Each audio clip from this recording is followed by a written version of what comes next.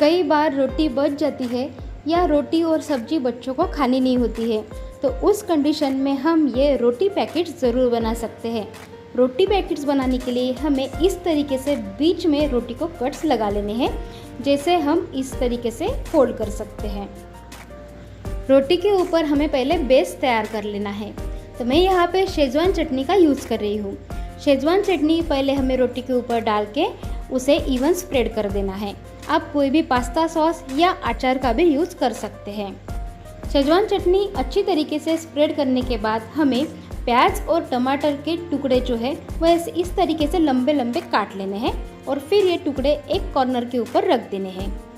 फिर इस तरीके से हमें एक पार्ट रोटी का फोल्ड कर लेना है और फिर दूसरे पार्ट के ऊपर हमें रोस्टेड पापड़ रख देना है। आप कोई भी पापड़ का यूज़ कर सकते हैं। और जो थर्ड कॉर्नर है उसके ऊपर हमें उबले हुए आलू के स्लाइसेस रख देने हैं। यहाँ पे मैंने आलू को उबाल लिया था और फिर उसे स्लाइसेस में कट कर लिया था।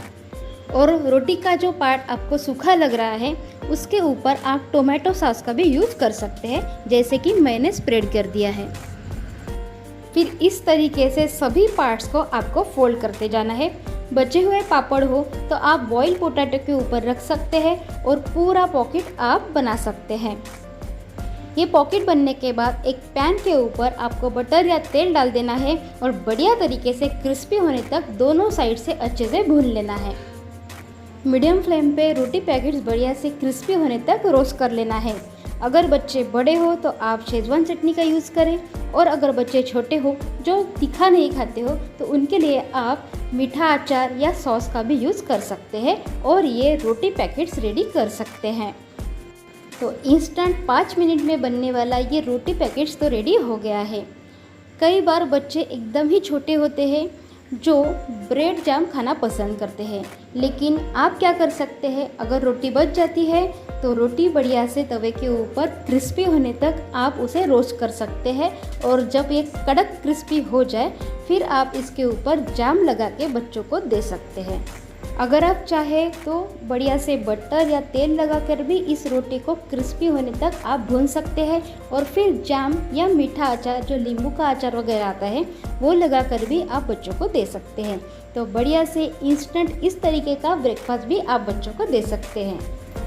कई बार ऐसे होता है कि हम साबूदाना तो भिगोते हैं लेकिन वो बच जाता है तो हम उसे फ्रिज में रख देते हैं।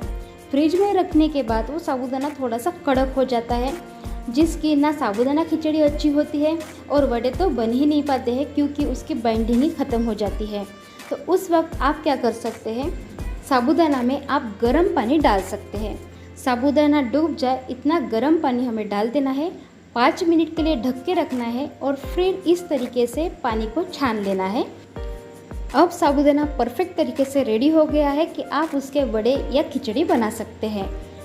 तो वड़े बनाने के लिए हम यहाँ पे 3 उबले हुए आलू स्मैश करके डाल देंगे, थोड़ा सा काली मिर्च पाउडर डाल देंगे, हरी मिर्च को बारीक काट के डाल देना है, भुनी हुई मूंगफली का पाउडर भी हम यहाँ पे यूज़ करेंगे, थोड़ा सा जीरा डाल देंगे, 1 चम्मच नमक ऐड करके।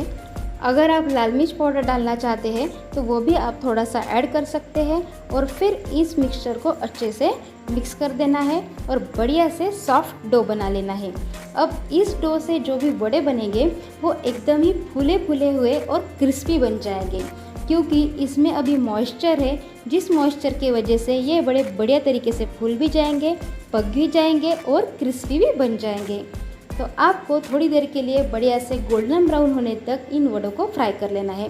वड़े फ्राई करने के टाइम पे आपको गैस का फ्लेम जो है वो मीडियम ही रखना है, लो फ्लेम पे वड़े फ्राई नहीं करने हैं।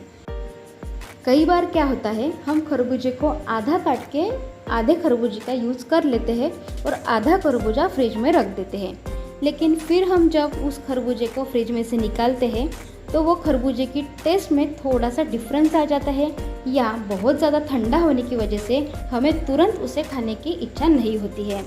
तो उस वक्त हम उसका जूस बनाते हैं।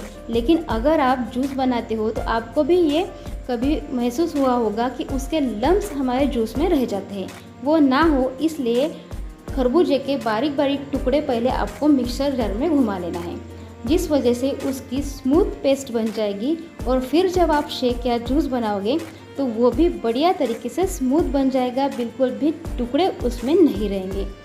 तो इस तरीके से एक बार मिक्सर जार में घुमाने के बाद आप दूध उसमें ऐड कर सकते हैं, चीनी ऐड कर सकते हैं और फिर उसे मिक्सर जार में घुमा के बढ़िया तरीके से खरबूजे का शेक बना सकते हैं।